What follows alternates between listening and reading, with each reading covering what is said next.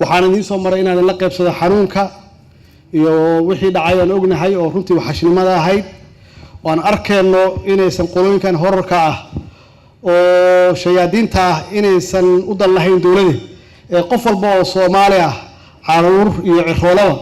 kulli waxa la wixii ay heli karaan inay rabaan inay laayaan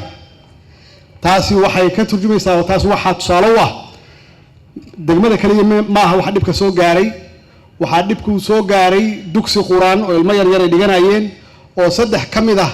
ay ku nafwaayeen iyo masaajidkaas umada u dhaxeeya oo dadka islaamka oo dhan ay ku tukadaan burburkii soo gaaray dadka waxaan sameynayana dad islaana ma ah dad Soomaali ah ma ah dad bini aadamna ma ah waxa weeye dad aan doonayno kulliga inaan ka hortagno oo aan la dagaalno maxayl waa wuxuush inay aabiyeelayaan ma jiro sidaan sheegay qof yar iyo qof weynba dumar iyo ragba qof ay runtii ay u naxayaan ma jiro saas darteed waxaan halkan ugu yimid inaan la qaybsado xanuunka ayna magaliso diilo iyo dhiiranaan cusub oo aynan u istaagin haddaad tihiin wadaniyiintii Soomaaliyeed ee degmadan degneed ee Howlwadaag